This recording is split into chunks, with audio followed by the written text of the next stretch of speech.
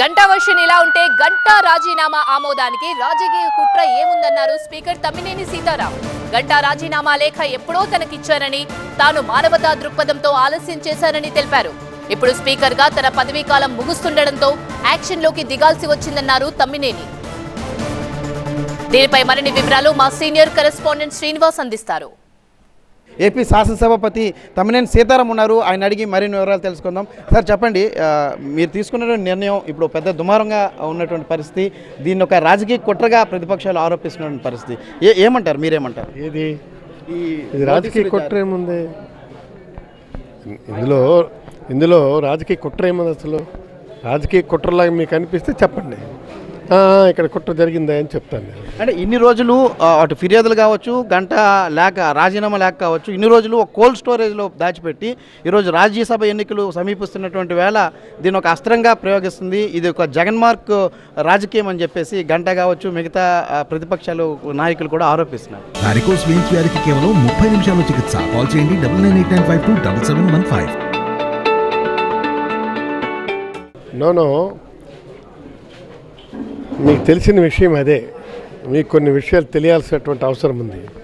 ఆయన ఏనాడో రాజీనామా చేసి ఇచ్చారు నాకు. నేను మానవతా హృదయంతో చేద్దాంలే ఏముంది అన్నటువంటి దాంతో ఉన్నాను. ఇంకా రేపు మనకి టెన్యూర్ పూర్తి కావస్తుంది. టెన్యూర్ పూర్తి అవుతుండేటప్పుడు ఖచ్చితంగా ఏదో ఒకటి చేయాలి కదా. కాబట్టి నేను యాక్షన్ తీసుకోవడం ప్రారంభించాను. ఇందులో ప్రాబ్లం ఏంటుంది అంటే ఇంకా 2 నెలల్లో ఎలాగా వాళ్ళది టైం ముగుస్తున్నటువంటి పరిస్థితి. ఈ టైంలో ఇప్పుడు మీరు నిర్ణయం తీసుకొని వాళ్ళపై సస్పెండ్ చేస్తే ఏంటి, చెయ్యకపోతే ఏంటి అనేది కూడా ప్రతిపక్ష నాయకులు రైట్ కదా. అంతే కదా, చేస్తే ఏంటి, చేయకపోతే ఏంటి. 2 నెలల్లో నేను ఎందుకు ఈ చర్య తీసుకున్నానని మీరు అంటున్నారు. ఇంకా 2 నెలలు మాత్రమే ఉంది. ఎప్పటికైనా సరే చేయకపోతే ఎట్లా? రైట్, లాస్ట్ మూమెంట్ వరకు ఉంచాం కదా. దిస్ ఈజ్ మై అంటే ఎన్నాళ్ళు ఉపేక్షించి ఇప్పుడు రాజ్యసభ సీట్లు కోల్పోతామనేటువంటి భయంతోనే ఈరోజు యాక్షన్ అనేటువంటిది చేస్తున్నారు. ఏమైతే అనుకునేవ్వండి. వీళ్ళు నేను అదే చెప్తున్నాను కదా, రాజ్యసభ సీట్లు కోల్పోతున్నాం అనుకున్నప్పుడు అందరం ఎందుకండి చేస్తాము చెప్పండి.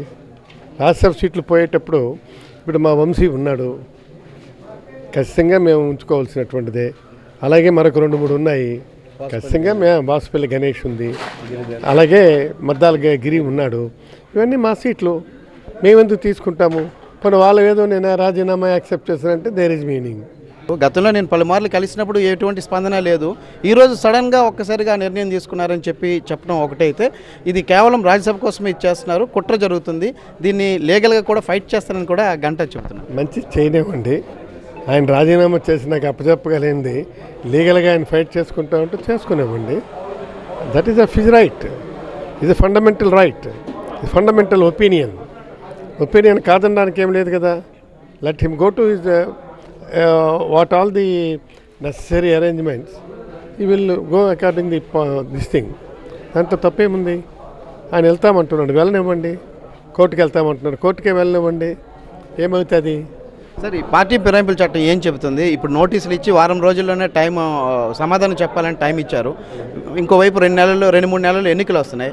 సో యాక్షన్ ఎప్పటికల్లా ఉండే అవకాశం ఉంటుంది అంటారు. చట్టం ఏం చెబుతుంది? రైట్, నేనైతే వాళ్ళకి మరొక 1 వీక్ లోపు అంత కూడా క్లియర్ కావాలి, క్లియర్ చేయాలనేటువంటిది నా అభిమతం.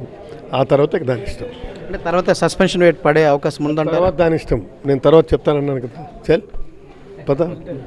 మొత్తానికి చట్ట ప్రకారంగానే తాను వ్యవహరించానని చెబుతున్నారు. అయితే రాజీనామా విషయంలో ఇంతవరకు కూడా మానవతావాదంతోనే ఇంతవరకు కూడా ఆయనకి అవకాశం ఇస్తూ వచ్చానని చెప్తున్నారు. దాన్నే తప్పని భావిస్తే అది అతని ఇష్టానికే విడిచిపెడుతున్నానని కూడా తమ్మినేని చెప్తున్నారు. ఏదేమైనప్పటికీ కూడా వారం రోజుల అనంతరం వాళ్ళ నుంచి వచ్చే సమాధానం బట్టి తదుపరి చర్యలు ఉంటాయని చెప్పి స్పీకర్ తమ్మినేని సీతారాం చెప్తున్నారు. కెమెరా పర్సన్ అనిల్తో శ్రీనివాస్, TV9 శ్రీకాకుళం.